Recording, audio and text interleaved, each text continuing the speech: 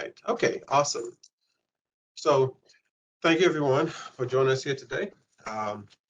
It is now 12:00. In order to make sure we respect everyone's time, I'm going to go ahead and get started. We have our panelists available, and I must say that's probably the very most important thing here is that our panelist is here and ready to go. So most of you know me. I am J.R. Bright. I am the academic and admission advisor for the Epi department.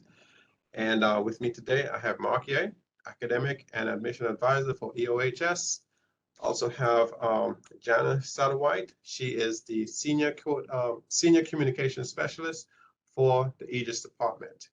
Along with us today, we have the pleasure of Dr. Marion Smith, assistant professor of Environmental Occupational Health Science and assistant dean for UTHealth School of Public Health.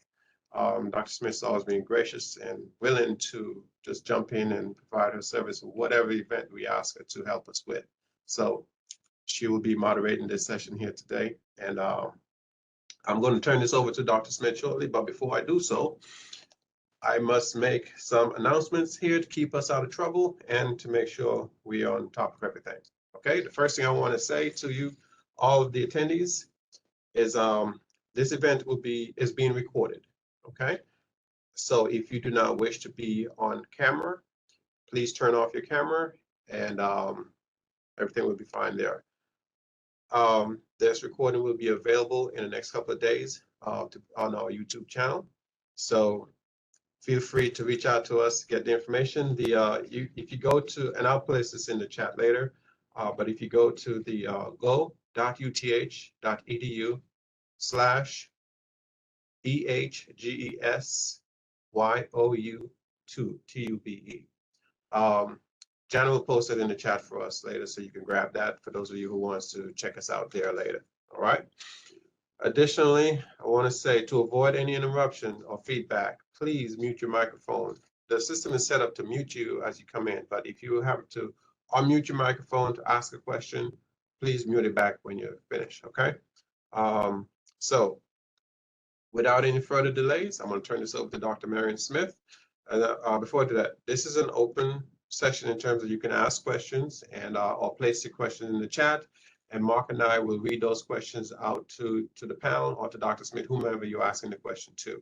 So feel free to ask questions. This is a session that we want to hear from you, as well as we want to answer any questions that you have and provide the information that you feel like you need. Okay, our panelist is here, willing to answer any questions that you have, and we all just beaming with pleasure and openness to answer any questions that you have. Okay, so Dr. Smith, it's all yours. All right, thank you, JR.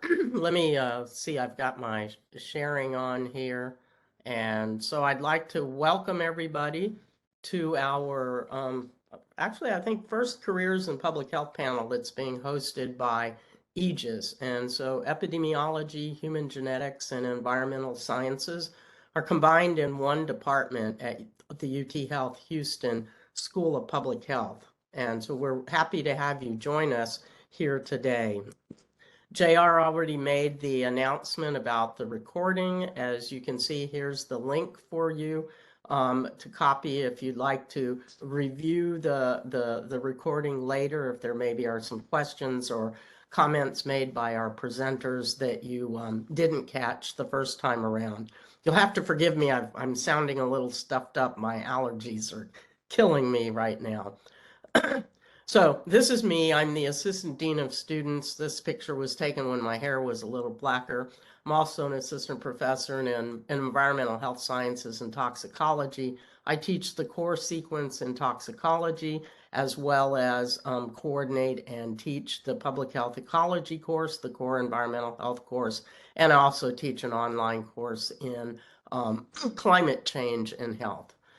I'd like to introduce our panelists today. We have Priyadarshani Dharia, who's a doctoral graduate from our EHGES program from 2019. She's took a position at Novartis Pharmaceuticals, and where she then transferred her epi skills and expanded them into the area of pharmacoepidemiology, and the requirements and guidelines used for pharmacotherapeutics and vaccines across the globe. She then moved to Moderna as the global safety epidemiologist and is responsible for developing and implementing quantitative strategies to evaluate and identify and evaluate safety signals, assess risk-benefit balance, and conduct real-world studies. So she works in across disciplinary teams of biostatisticians, pharmacovigilance folks, and other range of experts in the area. So we're really pleased to have Priya with us today. What you're going to see here is that we have a wide range of graduates and expertise across the four panelists that we have today. Our next panelist is Brendan Walsh, who received his MPH in Industrial Hygiene in our Environmental Occupational Health Sciences program in 2022. So he's a more recent graduate, and he works as an industrial hygienist in a chemical intermediates facility.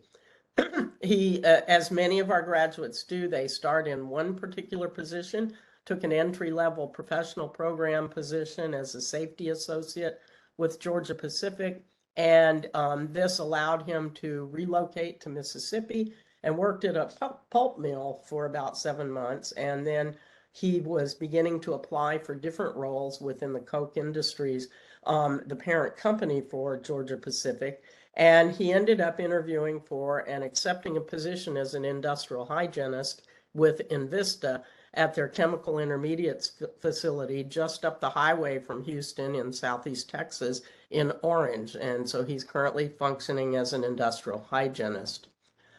Our next graduate is an MPH, Gabriella Mendez, who graduated from our El Paso program in 2020. So our El Paso program has environmental occupational health as well as the customized MPH program. And so she started there after graduating from the University of Arizona and did her practicum with the US EPA and worked with the Border 2020 program. And then after she graduated from UTHealth, she went to the San Francisco Bay Area to work as part of the environmental health and safety team for Amazon Logistics. And now she's returned back to her home state. We're glad to have her back in Texas, living in Austin. And she's functions at a regional level where she provides guidance and oversight to ensure compliance for all federal, state, local, and Amazon environmental health and safety policies for the Central Texas region. And last but not least, we have Kendall Vela, who will be graduating in May. So he's just got a little more than a month before he graduates. And he's currently a training, standardization, and quality assurance officer with the Texas Department of State Health Services Retail Food Safety Operations. He's one of our BS in public health graduates from UT Austin, and I'm a proud alum of UT. And then is a licensed registered sanitarian, and then is finishing, as I mentioned earlier, next month. He's worked in various positions, and his previous work experience includes Central Market at HEB, Schlumberger Oilfield Services, and UT Health. So I'm pleased that we have this wide variety of folks here with us today to share their experiences.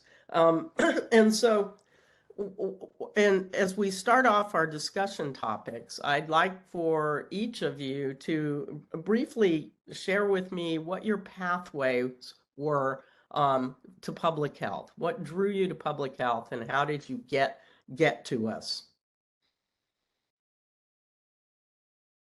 And I'll let y'all pick whoever wants to answer first. I can go ahead and start. So quick introduction, I go by Gabby.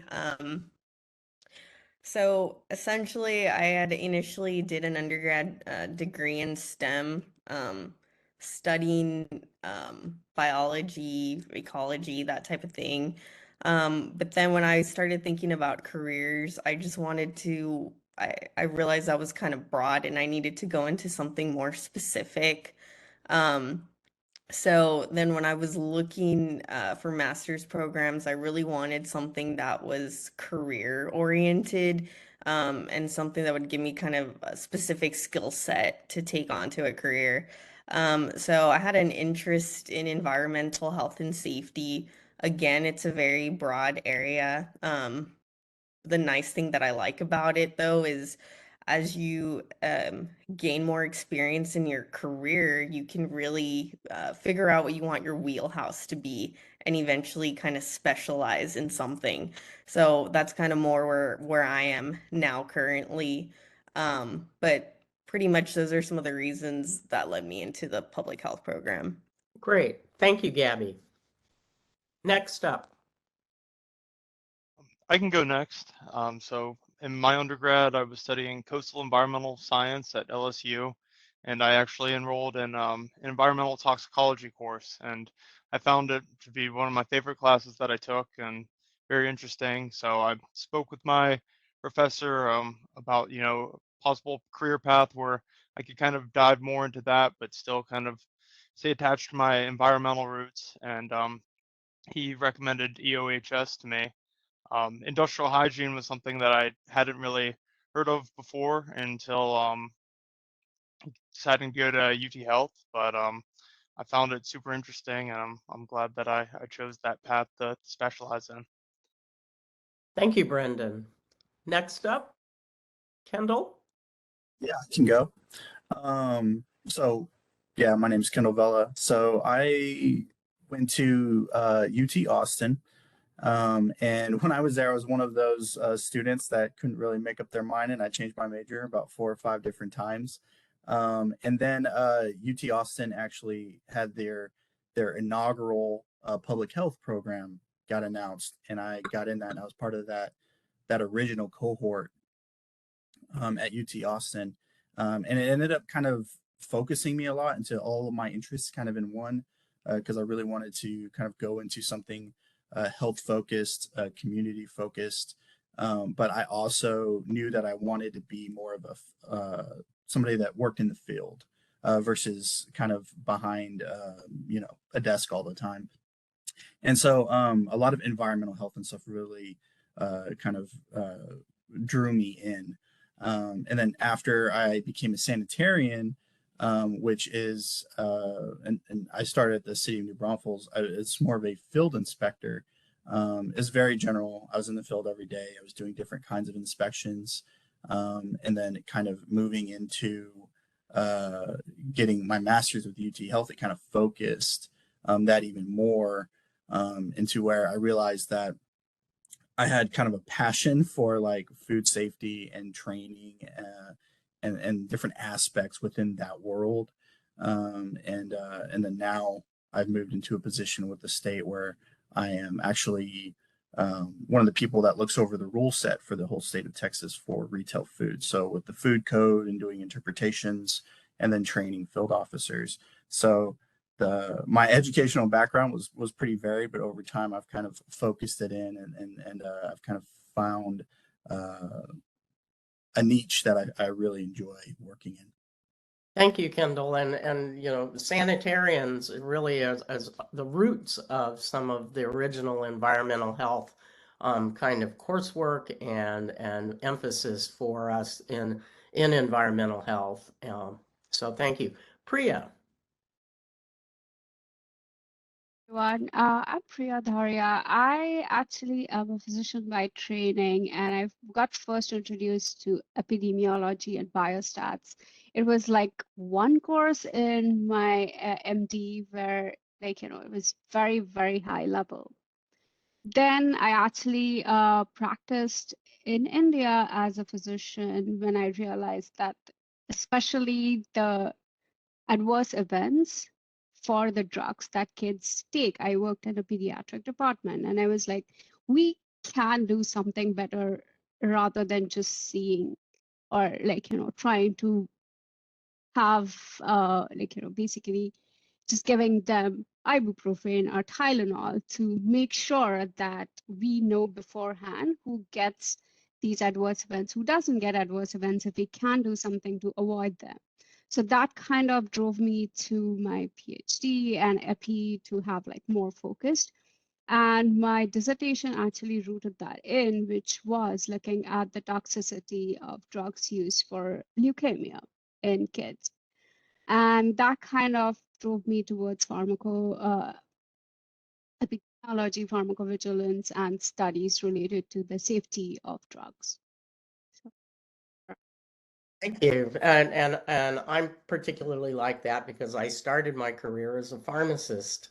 And the multidisciplinary aspect of pharmacy is what drew me into toxicology and ultimately to public health. And I'd always hoped that we'd be able to start a pharmacoepi course at the School of Public Health, but haven't yet been able to get that put together. So for our participants, as you can see, our panelists come from a broad range of backgrounds and have different paths that have led them to fulfilling positions in public health. So for this next question, I'd like to know what types of courses or which courses or what skills have you developed from your SPH courses that you use currently in your work? So, you know, what skill set did your coursework give you in terms of the type of work that you do today? And we'll kind of go in reverse order. We'll start with Priya. For me, I think all epi courses are basically the backbone of my work. I design studies. I work on what data sets will work for what studies.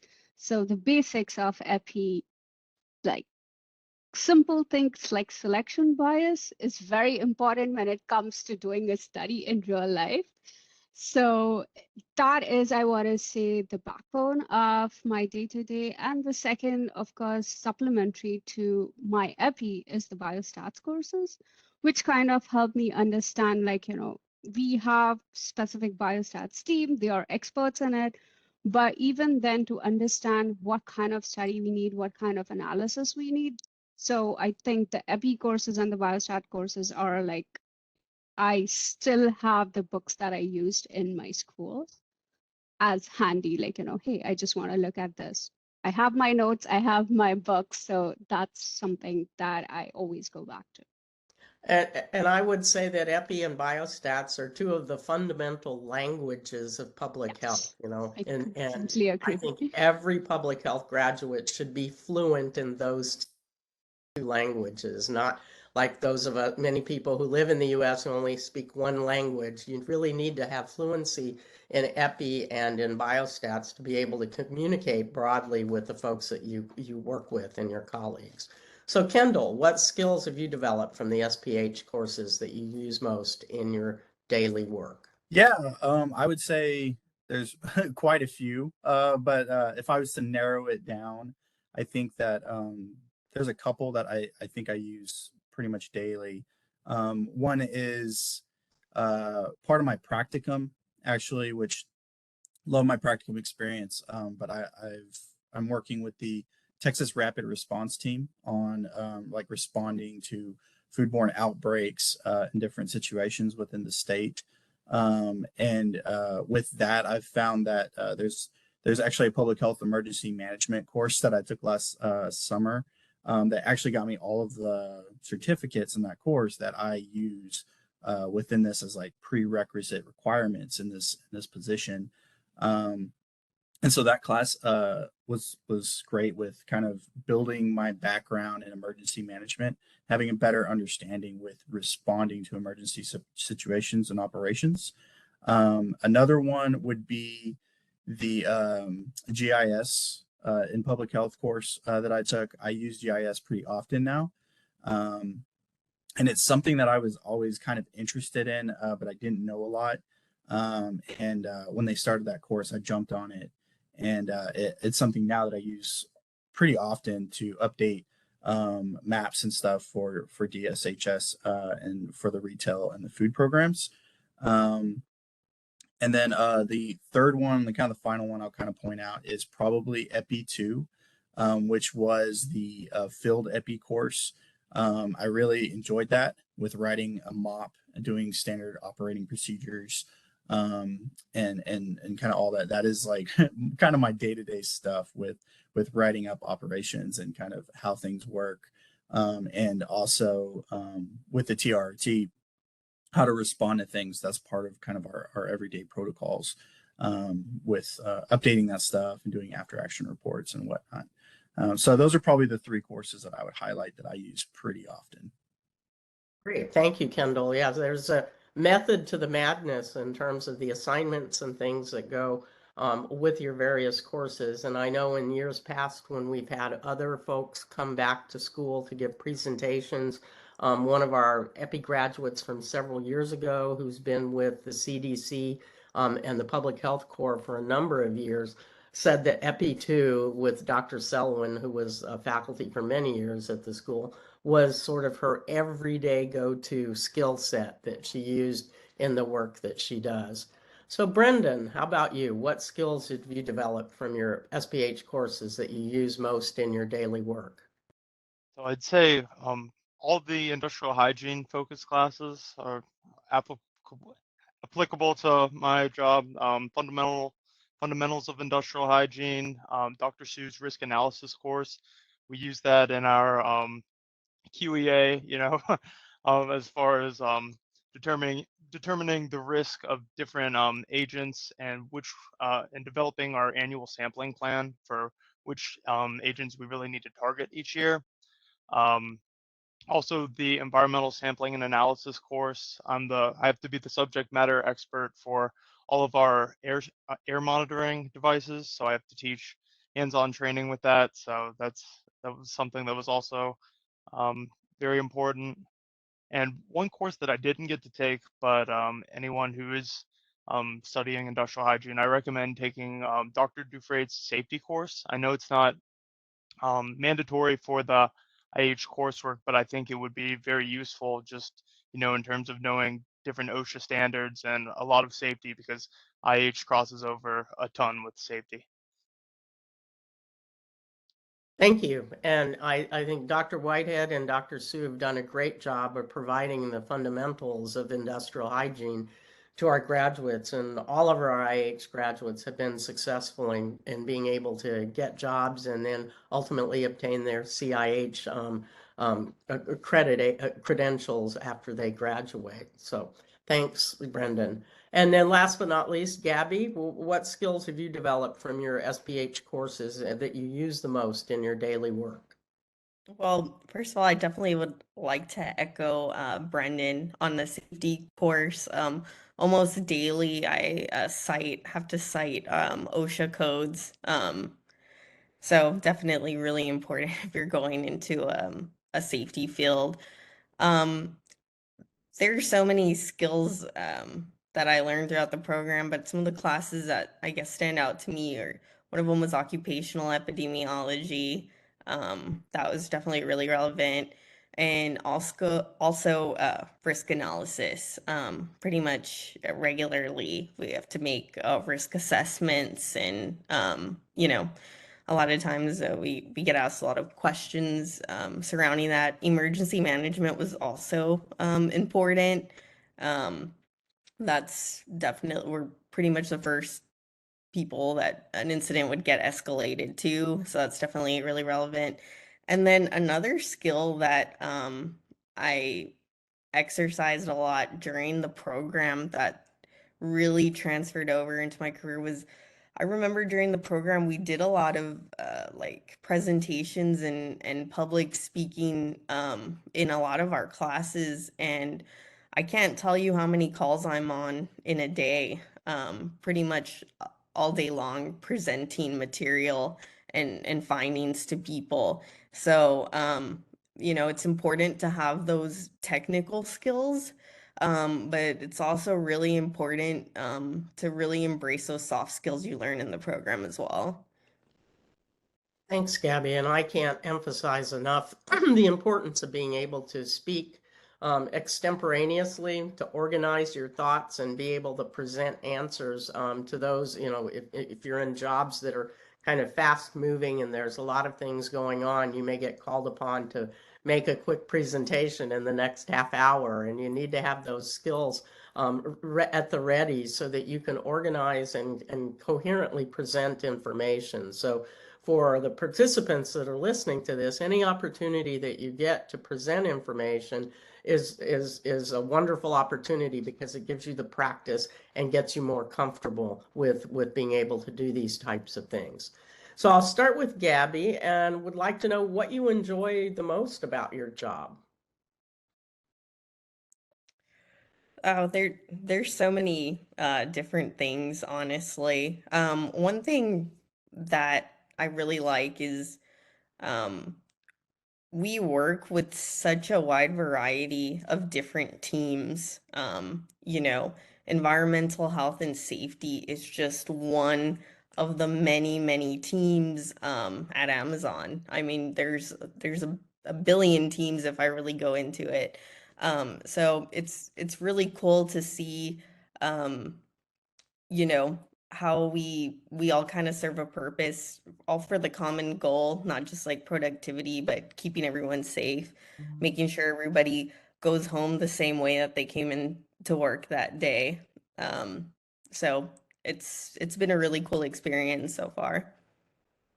Thank you. And I think, that the interdisciplinary nature of public health lends our graduates, gives them the skill set to work with a broad array of collaborators and colleagues. So thank you. Brendan, what do you enjoy the most about your job? Well, I love being able to get out into the field and just talk with the operators, help understand the process. The chemicals we make here are super interesting, and like learning about that process is very fascinating to me. And one thing to chime in, soft skills of communication are super important. I'd say for all of the different disciplines that everyone has here. So definitely any chance you get, do some public speaking when you can. Um, but besides going out in the field, I just love kind of being able to nerd out on different IH stuff, with my colleagues. So that's another thing. But That's great. I think I'm a big fan of nerding out because I've been a nerd since first grade. So, Kendall, what do you enjoy the most about your job? Um, Great question. If I was to kind of narrow down, I guess what I like, maybe I'll say two things. One is the build aspect of it. Your mic's kind of low. Oh, can you hear me a little bit better? Still kind of muffled.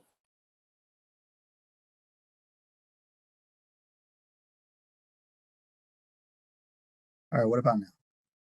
Yeah, a lot better. Okay. That's better.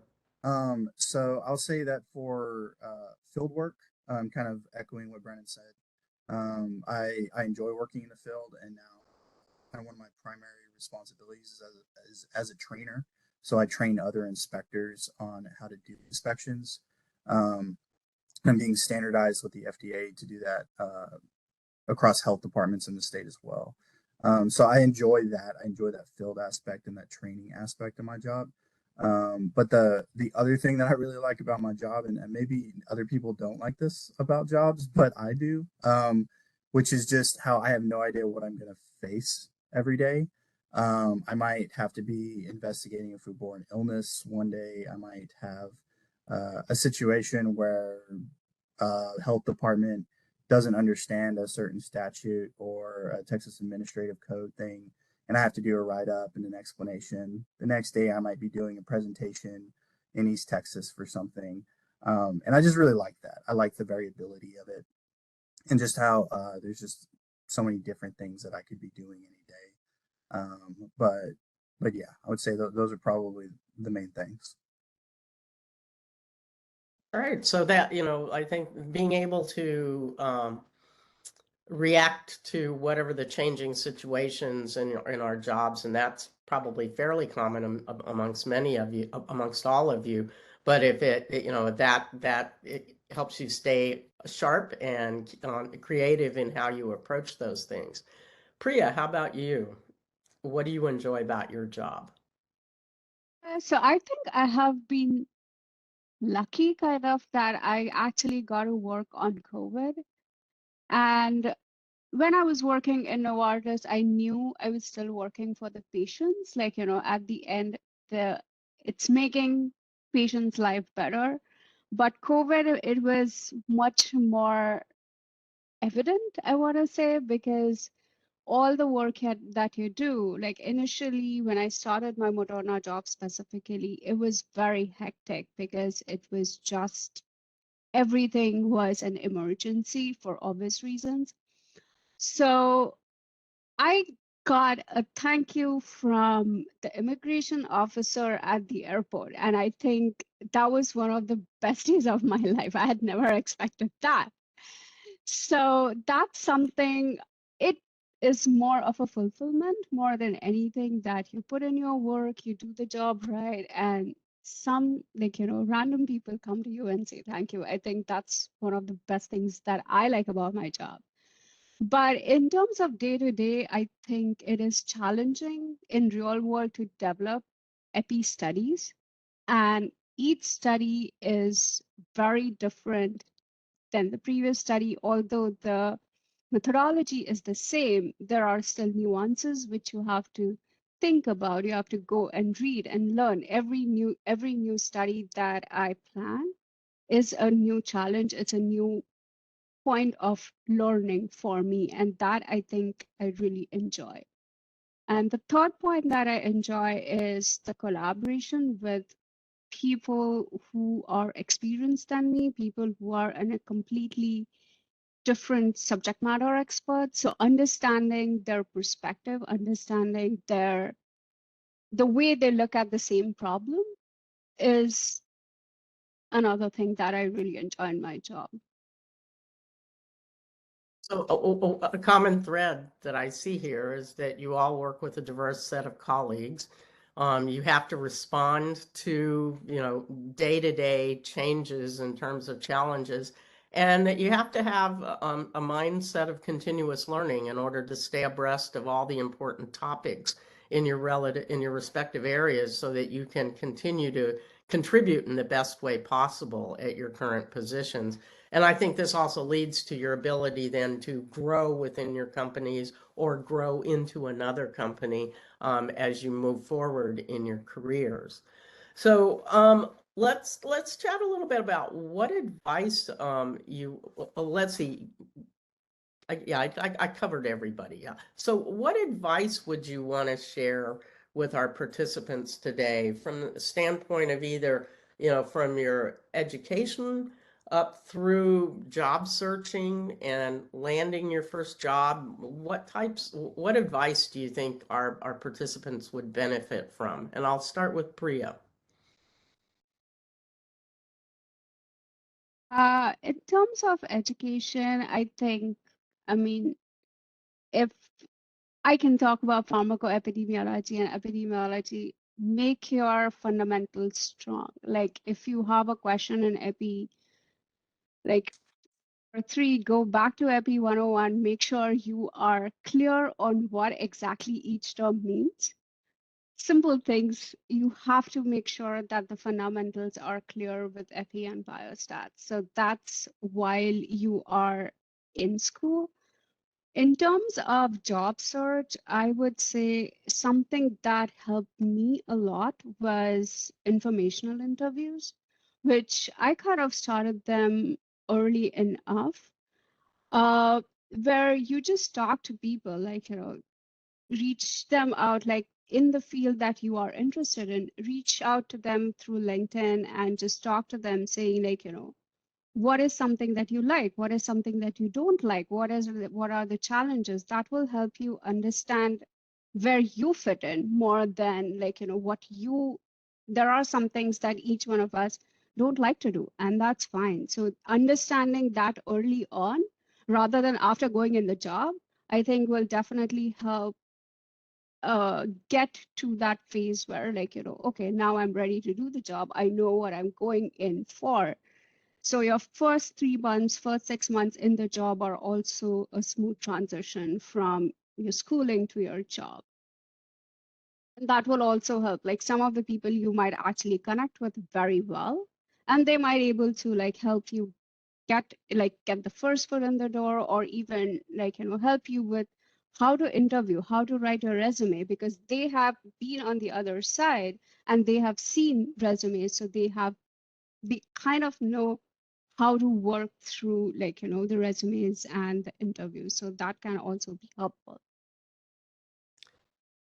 Thanks, Priya. I think that's great advice, being proactive and taking the lead on your own career aspirations, moving forward, and asking questions. The more information you have, the better able you are to discern what that landscape is going to look like and how you're going to fit. I think you also brought up another important point, is that every job has something that you don't like to do. And sometimes that grows with the time that you've been in a job. It might wane. And if it gets to a point where you can't keep your nose above the part you don't like to do, then it might be time to look for a different job. And I always frame mine, and look at timelines. I always recommend that students look at 5-year timelines if possible. And are you continuing to grow each year? When you look back at what you've accomplished in that year, did it demonstrate growth? And if you can see continual growth, then that's a great place for you. If you find that you level out and you're not continuing to grow, then it's time to perhaps look for something different. So Kendall, what advice do you have? Yeah, I would say there's probably two things that I would really point out. One, to kind of reiterate what Brendan and Gabby said earlier, is soft skills. Because when it comes to hard skills, that's something that is going to be more dependent on what your specific role is.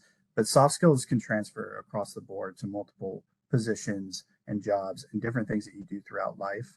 And so even though you might be hating a certain project coming up because you're going to have to do a presentation or something, those are sometimes the ones that are the most valuable in helping develop you along the road. And then the second thing that I'll kind of point out, and this is probably specific to my situation, but I'll just say it just in case there's other people that are in this situation, is that I worked full time while I was doing my master's and working through the MPH program. And so is very important to be disciplined and to be organized with your time. But it's also really important to prioritize like your mentals, right? You have to take care of yourself. You have to do what's right for you. If you need to take a day off, an evening off from studying, just so you have a little bit of you time, I think that's totally fine because, you've got a lot of things going on. And the better headspace that you're in, the better you're going to be when you are hitting the books and when you are practicing and doing your homework and working on projects and your 40-hour work week. So those would be kind of, I guess, the main things that I would say. Yeah. And I think those are great pieces of advice. We often focus on, the hard skills, getting all the equations right, but we really have to understand how to translate that in terms of communicating with colleagues or communicating with a community at a community level. If you're having a meeting with a lay group that are concerned about an outbreak of salmonella and you're the one sent out to talk with the neighborhood, I think those are important pieces there. And then I cannot emphasize enough the ability to balance and include yourself in that whole circle of your work life, your academic life, and your home life, and your individual personal life, as it fits in with other people. And I was one of those folks who, it took me until I met my current partner to understand that I needed to take vacation. That was 32 years ago. I had never taken a vacation as an adult because I kept focusing on work. I realized it was like turning your phone off and letting the battery totally just go dead, and then you recharged it at the end, and I came back with a lot more energy and more creative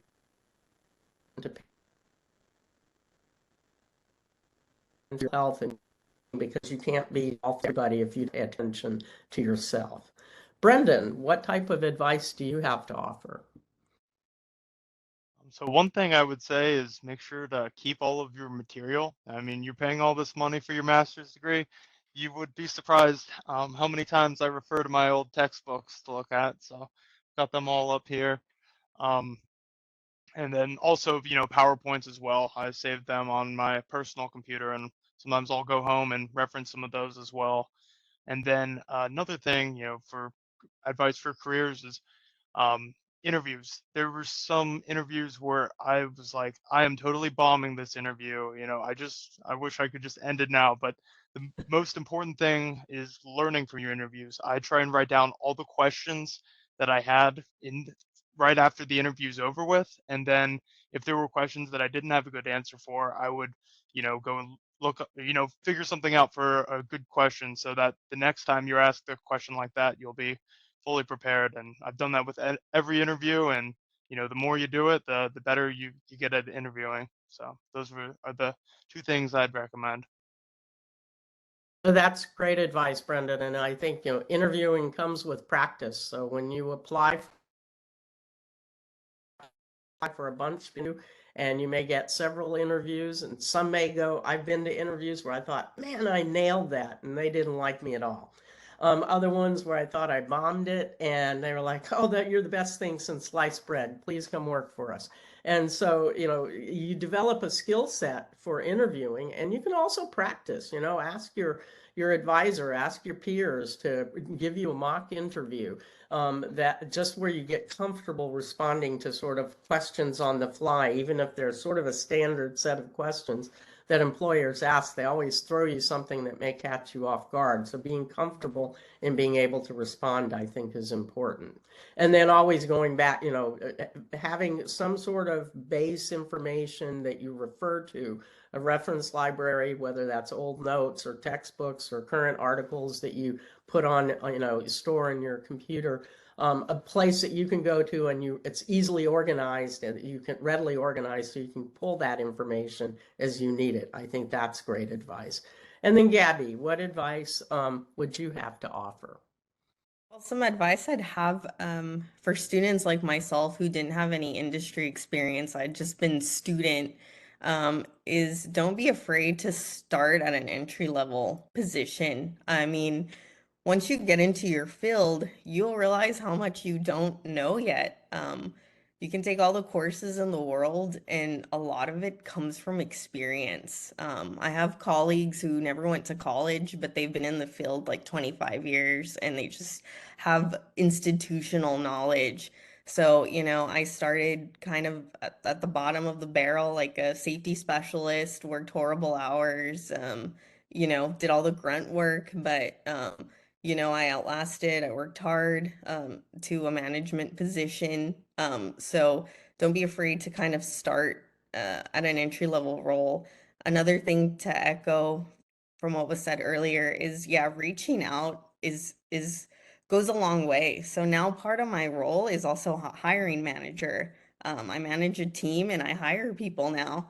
And I have people who reach out to me, and maybe they don't have the fanciest resume in the world, but they show me that they really want to learn. There's been times where I've hired people who have a lot of technical background, and they have a lot of things we like to see on a resume, and they don't do well in the role. And so reaching out, don't be afraid to reach out to a recruiter, to a hiring manager directly if you know who that person is. Definitely goes a long way. A last thing that I would recommend, something that I wish I had done when I was a student, is look to see what kind of certifications you can get while you're still in school. There's some certifications that require a certain amount of industry experience before you can, actually sit in on a test.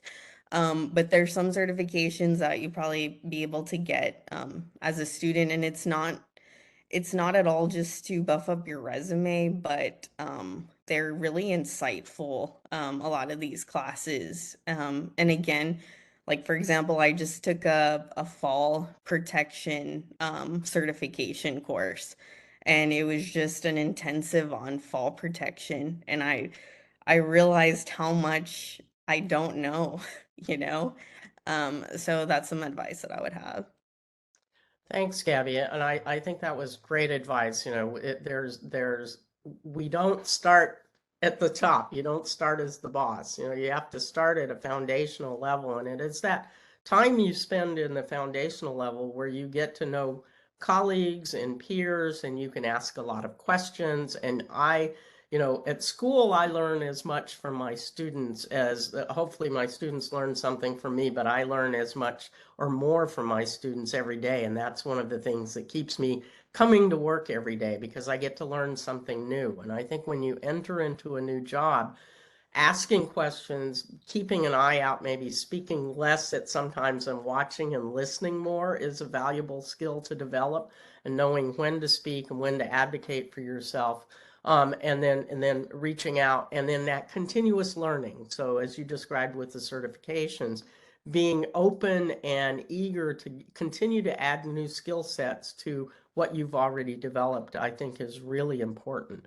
So I want to leave some time for questions. I want to thank the four of you. I think we've got physician, STEM, environmental, and epidemiologist. We've got a broad range of expertise and experience, a broad range of time, just getting ready to graduate, but having worked the entire time through school versus those who've gone sort of a more traditional route and now are out in the workplace. So for those of you participating today, you can either ask a question by turning on your mic, or you can type into the chat box and we'll ask the questions for our participants, our panelists. But thank you all, you did a great job. So any questions from our participants? I don't see any questions yet. Guys, we welcome your questions. Just turn your microphone on if you have any questions, or you can put it in the chat and Mark and I will ask the question for you. Yeah. Okay, I got one. Go ahead. All right, so how easy was it to just talk to random people on LinkedIn? Because like, that seems a little bit unintuitive. Hey, Go ahead. You Gabby, go can ahead. go, Gabby. I can take that. So I just a couple days ago, a master's student from UT Austin reached out to me, and she was like, "Hey, I'm getting a master's in environmental sciences, and I'm looking for internship opportunity." And I reached out to the recruiter that I work with to hire for my team. I asked who would be the right point of contact for an inquiry like this. And I got her a contact, someone that she could reach out that's, a university recruiter who could better assist her and direct her into the right place. So you'll be surprised how much people are willing to help, random people. That's kind of what LinkedIn's for. If you're not interested in talking to people and helping others, I don't understand really why you'd have the profile. So, you may get a few people who don't respond to you, but I would just kind of, just be very direct in your question, what you're trying to ask. That way they can answer or maybe point you in the right direction. Got it, thank you. Priya, you were going to jump in? I completely agree what Gabby said. And just to add to that, the person you are messaging has probably done the exact same thing when they were going through the process. So they understand where you're coming from. And the other part of it is like Gabby said, she's a hiring manager. I'm a hiring manager. So we are also looking for good people. If we can find someone who we know has worked from the same school, as studied from the same school, so we kind of know what courses, like if you say that you've taken a specific course, we know exactly what you've learned in that course. So it is easier for the hiring manager as well to kind of estimate as to what your level of knowledge is, or those things. So it's not just you reaching out, it's also sometimes beneficial for the person you're reaching out to. One thing that had helped me a lot is that actually saying like, actually trying to ask that person if you can help that person in some way. Because there is always, like Mary said, we always keep learning. There is something that you might offer or you might know that I don't know. And that might be helpful for me as well. So do not hesitate to reach out at all. And rather than just sending connect, if you add a message, that always adds to like, okay, fine, I know exactly why this person is reaching out to me. So that person can, like, I can make a decision as to if I can help him or not. If I can't help him, I can just tell that person.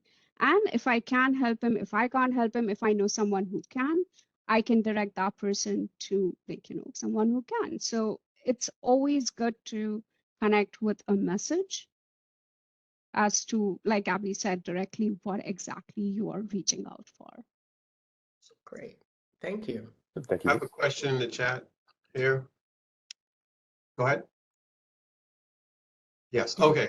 So the question is asked. I have, this is to Dr. Priya.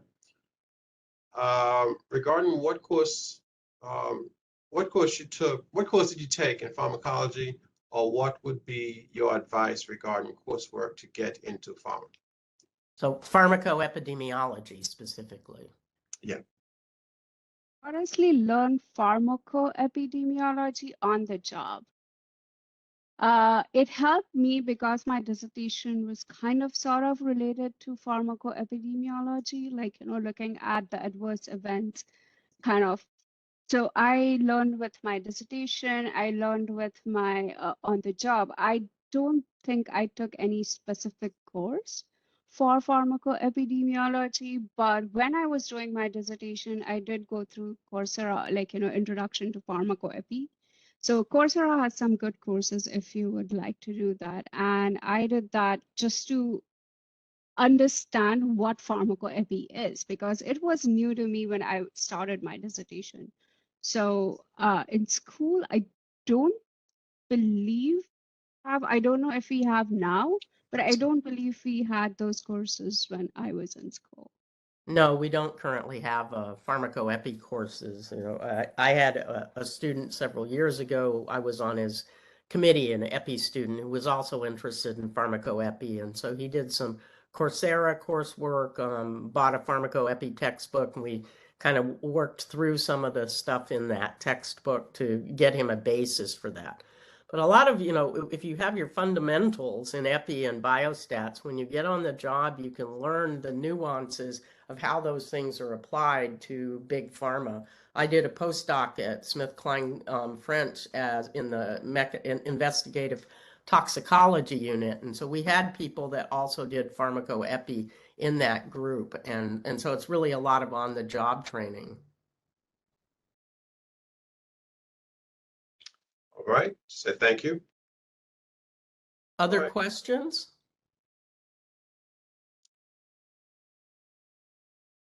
I don't see any more questions in the chat. Dr. Patel, just unmute. Okay. Yes, so my question is to Brandon. I'm a second year in IELTS student. I wanted to know how to, what's your advice on job hunt? Because I had hard time finding out my practicum this summer. I don't know if that's because I don't have any safety background. So what's your advice in finding out jobs and how to reach out to people? So for me, I just tried to, for one, it makes it, if you're open to relocating, by the way, how's it going, Shafali? I remember you from last year, but being open to relocating is huge if you can do that. If not, putting in as many applications as possible. And like what I did is I knew I wanted to have a role as an industrial hygienist at the end of the day. I want to get my CIH.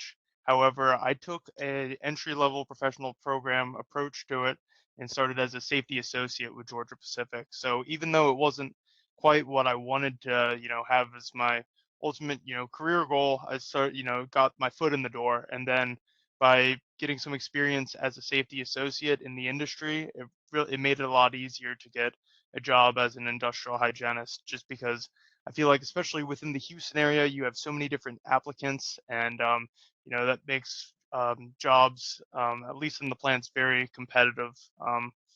And so they look a lot for work experience. So if you can, I'd look into any recent or new graduate programs that companies might have, because they're a great way to get your foot in the door.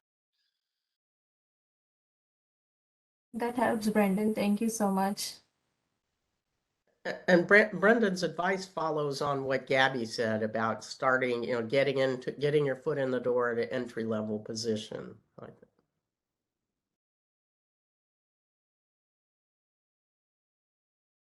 Other questions? Ooh, I got another. Go ahead. All right. So when you first get onboarded, do you expect a new hire to more or less be competent in their role, or do you expect it to be kind of slow from the get-go? And does this answer change based on like the level of the position you're pursuing?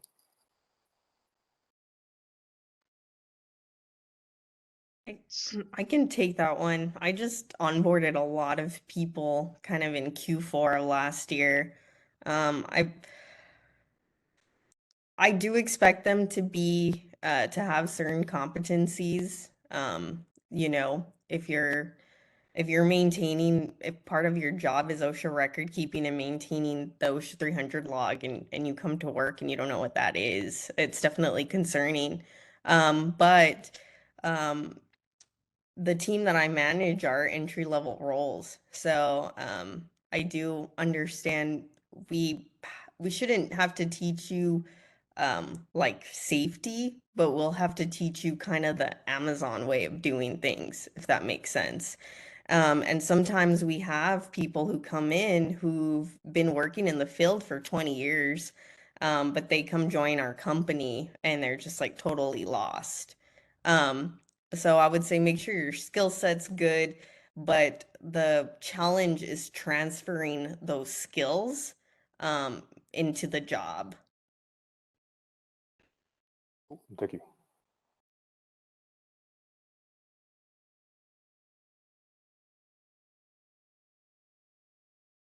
So, Any other questions from folks?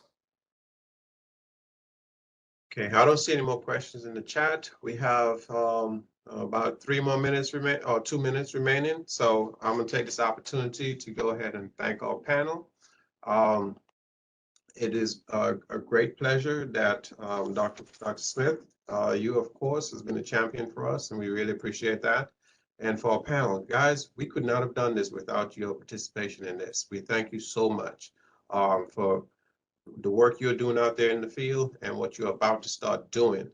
It is great that we have you and we can reach out to you and get you to say yes, you will take part in these events. Thank you so much. Kendall, you're awesome. You're still here and you're doing your thing. We really, really, really appreciate that. And Dr. Morrison thinks very highly of you. When I reached out to her without hesitation, you were the first person that she wished to have on this panel. So thank each and every one of you. And Priya, oh yeah, your Dr. Sharma, without a doubt, you are her #1 choice. Okay, so all of you guys, it's always been a pleasure. Brandon and Gabby, we have worked with you before, and we look forward to continue working with y'all again in the future. So thank you all so much.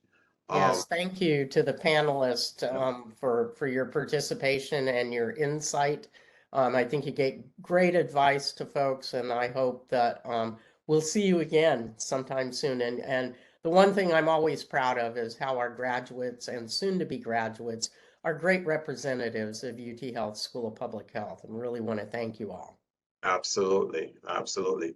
So Jana has posted the Go link in the chat. So for those of you who wish to visit the YouTube later to watch the video, you're more than welcome to do so. And thank you, everyone. Thank you, Mark. Thank you, Jana, for helping in preparing this. Without everyone's participation, this would have been a bust. So we did a good job, I believe. Pat ourselves on the back. Thank you all, and have a great day. Thank you so much. Thank you. Take care. Bye. Okay, bye-bye. Bye-bye.